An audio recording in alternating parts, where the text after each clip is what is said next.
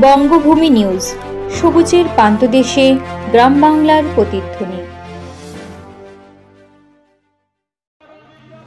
আজ মানবাজার বিধানসভার মানবাজার ১ নম্বর ব্লক তৃণমূল কংগ্রেসের উদ্যোগে বঙ্গধ্বনির কর্মসূচির ধন্যবাদ জ্ঞাপন ও পথসভা করা হলো। উপস্থিত ছিলেন মানবাজার বিধানসভার বিধায়িকা তথা অনগ্রসর শ্রেণী কল্যাণ দপ্তরের রাষ্ট্রমন্ত্রী সন্ধ্যারানী টুডু, মানবাজার ১ নম্বর পঞ্চায়েত সমিতির সভাপতি পুষ্প দাস, মানবাজার ১ নম্বর ব্লক তৃণমূল কংগ্রেসের সভাপতি দেবেন্দ্রনাথ মাহাতো, মানবাজার অঞ্চল সভাপতি মানবেন্দ্র চক্রবর্তী সহ দলের অন্যান্য কর্মী সমর্থকেরা।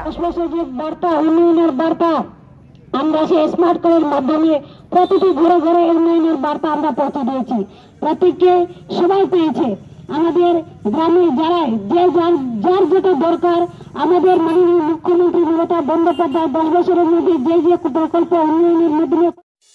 আপনারা দেখছেন বঙ্গভূমি নিউজ, বাংলার সেরা নিউজ পোর্টাল চ্যানেল।